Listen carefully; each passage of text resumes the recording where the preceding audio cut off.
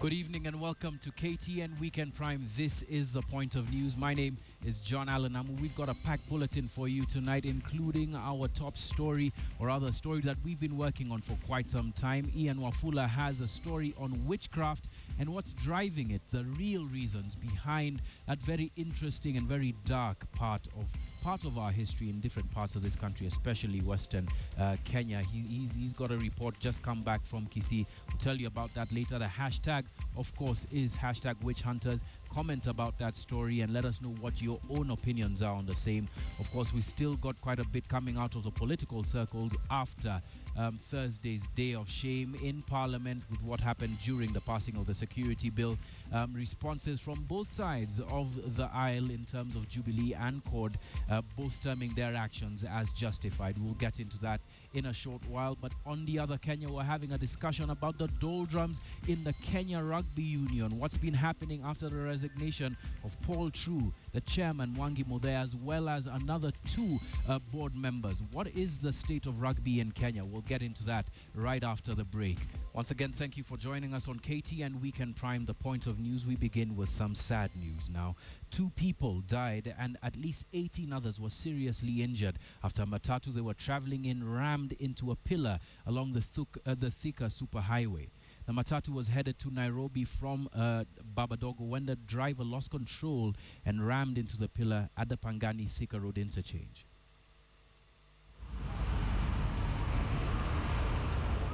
This is what was left of the minibus plying the Babadogo city route.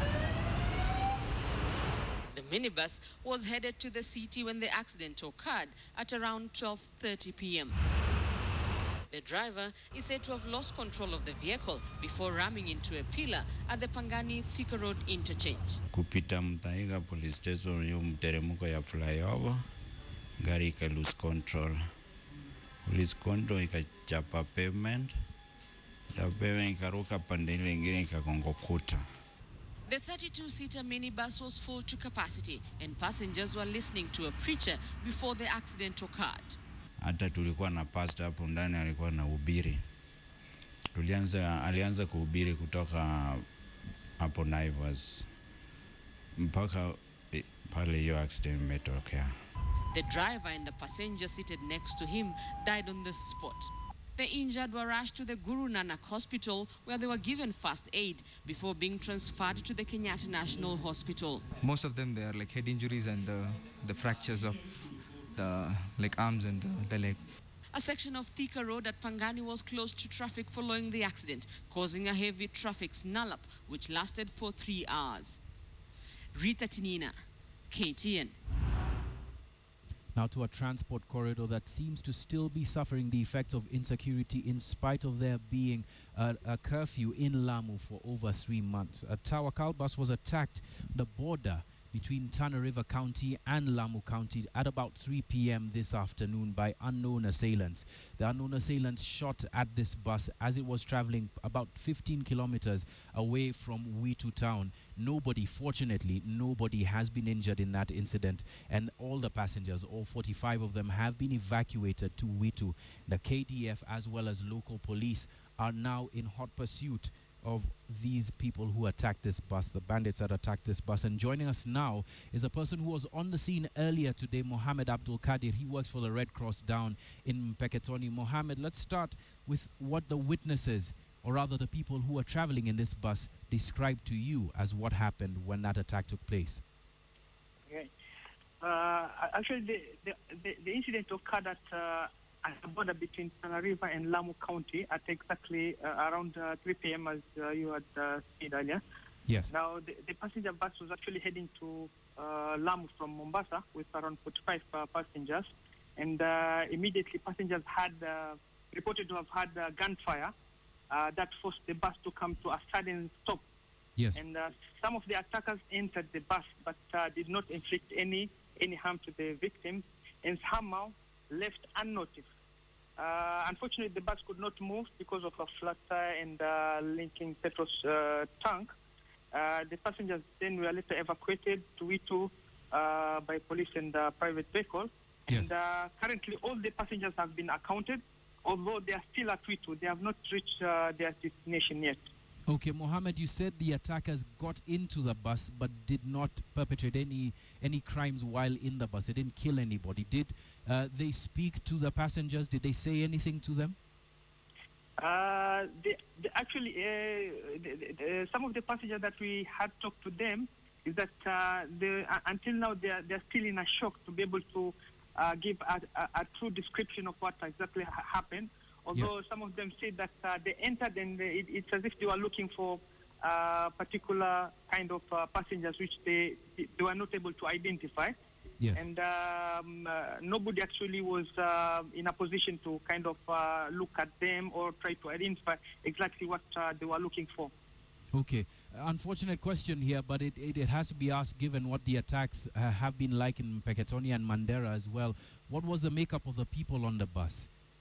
Well, it may be difficult for us to actually say currently, unless we give the victims at least the survivor. We give them at least more time to be able to recover from the shock, and probably will give you more details of the attackers at a later stage.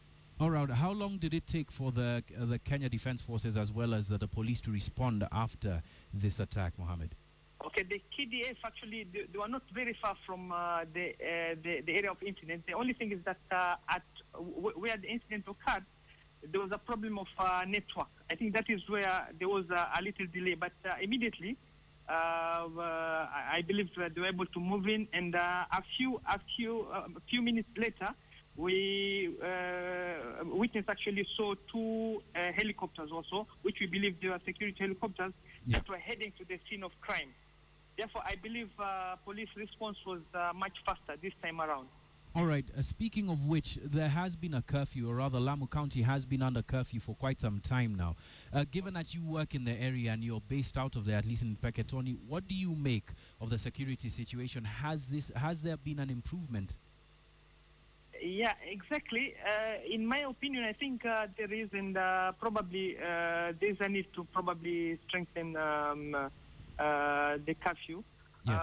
Although in certain areas like Lamu town, probably as the residents for quite some time they have been complaining about the curfew, and I think there is has been a kind of the restriction has been at least lessened, and people are able to move at more hours in Lamu town compared to other areas where the curfew has been enforced.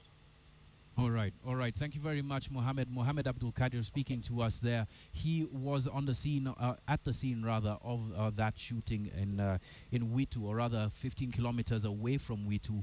Just to recap, a bus traveling down, a Tawakal bus traveling down towards Lamu, was attacked at about 3 p.m. this afternoon by unknown assailants. The assailants, according to the person we just spoke to, who spoke to witnesses, got into the bus but didn't shoot anybody. They got out and left, and the Kenya Defense Forces as well as the police are in pursuit of those bandits. This, of course, happening in the context of what happened earlier on this year in about July with the attacks that started in Mpeketoni. We move on now to some politics, and Dagoretti North MP Simba Arati now claims that part of his arm risks amputation following a biting incident during Wednesday's chaos in Parliament. Arati, who was immediately treated following the incident and returned to Parliament, is now admitted at the Nairobi hospital following what he termed as a restless night. Machakos Senator Johnson Muthama, who visited Arati in hospital, says CORD leaders who were assaulted during the chaotic scenes as MPs debated the Security Laws Amendment Bill will press charges against MPs who attacked them. And speaking in Nyatika this afternoon, CORD leader Raila Odinga maintained that he was proud of those MPs who stood up against the Security Laws Amendment Bill, which is now an act of Parliament. The Speaker, it is true, he ordered us to go out. But the way to deal with us was not that physical confrontation, to come and start fighting us in front of everybody. This law is aimed at empowering an individual to be able to impose his will on the people of Kenya. And that this law stands or condemns by the people of Kenya. We will not retire. We will not tire.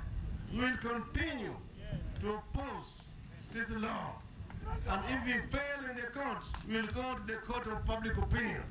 will ask the people of Kenya to come out in the streets to express their displeasure and opposition to this archaic piece of legislation. You cannot ask for decorum where there is no decorum. You cannot ask for sanity where there is no sanity. If a speaker can come down to chair the committee of the whole house to pass a bill where some people are still sitting on the table, some are standing on the table, the orderly is around the speaker, then you expect order to happen in that house. I'm waiting for anyone to invite me on this plenary. I will tell them the most indisciplined person is the Speaker of the National Assembly, Jason Muturi. Of course, those statements as well as the actions of CORD MPs on the floor of the House have elicited responses, such as like this one from the Deputy President, William Ruto, who alongside Jubilee majority leaders of both houses of Parliament have told off CORD politicians, blaming them for the chaos that rocked Parliament on Thursday over the Security Amendment Law. Speaking during the annual Kimalel Goat Auction and Cultural Festival in Baringo County, Ruto said no one would stop the government from implementing what he called crucial security reforms to deal with terror. The annual Goat Auction was founded by retired President Daniel Moi in 1986. Those people who believe in the leadership of chaos and confusion and violence should not be allowed to derail our agenda to make sure that we have a secure nation. Hawa watu wapotee, wanatusumbua na sasa wametuletea fujo kila mahali. Walikuwa na fujo Kasarani, wakapeleka hiyo fujo Migori, wakapeleka hiyo fujo Homa Bay, juzi wamepeleka hiyo fujo Bunge. Hawa watu si wako na tabia mbaya. Sasa walikuwa wanajaribu bahati kwa bunge. Pale bunge wakakutana na moto. Na sasa wanatuambia kwamba wanataka kwenda kotini. Nataka kuunga mkono wale ambao wameuliza ulinzi katika mahakama. Kwa sababu hao watu sio ati kuna kesi wanapeleka kotini. Ni hiyo fujo na vita wanapeleka kotini. Sisi hatuna haja wakipigana ndani ya ODM. Lakini hawana haki kulete vita katika bunge la Kenya. We want to have plenty of reservists uko north na Baringo south. Kitio, once you give them we arm the reservists, hao wenyewe watajua kufanya kazi. Now to some happy news of our own. Jane Gadhaye, our very own video editor, is now taken. Jane said "I do" to Maina Karaoke, the love of her life, today at a colorful ceremony in Nairobi. The two exchanged their vows at the Kenya High School in the presence of family, friends, and the standard group fraternity. The newlyweds were all smiles as they talked about their big day and the start of their new journey as husband and wife.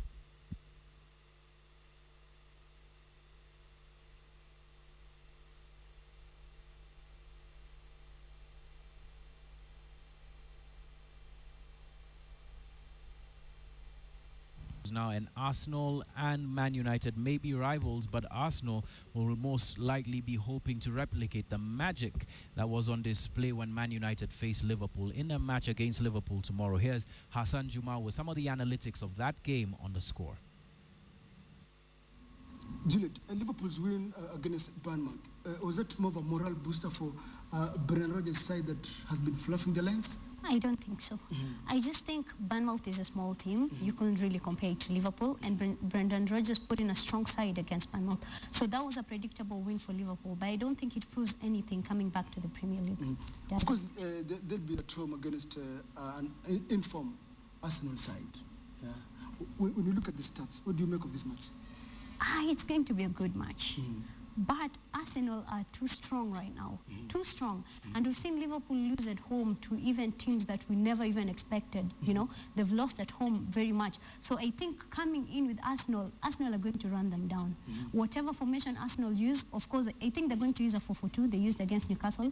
Liverpool are going to use a 4-2-3. Arsenal are going to have many men in the midfield. That's always an advantage in attacking. Brendan Rodgers is under immense pressure in this, but going into this match against Arsenal, and Arsenal said that he's patched 6th. What is it that he needs to do?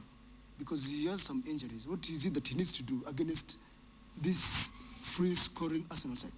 I think he needs to put his strong lineup, strongest lineup, and then they don't need to come out much. I think he should just go in opting for a draw, because it's a big team, and of course it's a stronger side. He should go in opting for a draw, hence put defenders which are going to stick to the defense and not come out to attack. The Arsenal side that is missing out on the services of Jack Wilshere.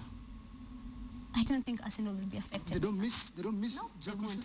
They won't. They will play a 4-4-2. They'll play Flamini as a defensive midfielder, and then they'll just put the attackers. You know, Arsenal's greatest point is attacking, right?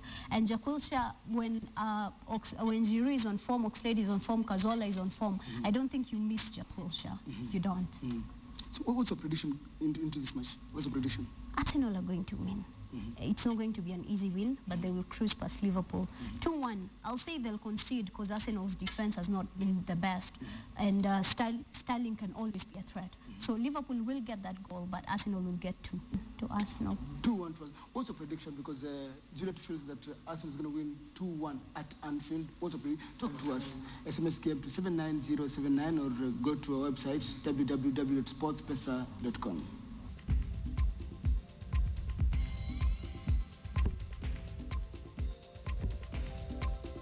All right, let's just get a bit of feedback on Witch Hunters tonight. The story by Ian Wafula. Joe Nyaga says if witches are killing people and people are killing witches, then the whole community is guilty of murder. Shiko Lilac Chaser says, I still believe witchcraft is a state of mind. Personally, I don't believe in it, especially in the supernaturals. Peter Ndirango says those perpetrators should be brought to book. How can thugs get away with cold murder in broad daylight? Of course, you can catch that story, Witch Hunters, on our website, on KTN TV, KTN Kenya, or on YouTube as well, on our YouTube channel. That story by Ian Wafula evoking quite a bit of debate about the divide there is between education sometimes as well as culture. What is the impact of culture on what we believe, especially with regards to witches and witchcraft, and is there something motivating witchcraft in Kisii as well as in other parts of the country? But that's where we'll leave it tonight on KTN Weekend Prime, the point of news. My name is John Alanamu. Join me again tomorrow. We'll have more discussions and more very interesting news here on the home of authoritative news coverage, KTN. Once again, good night.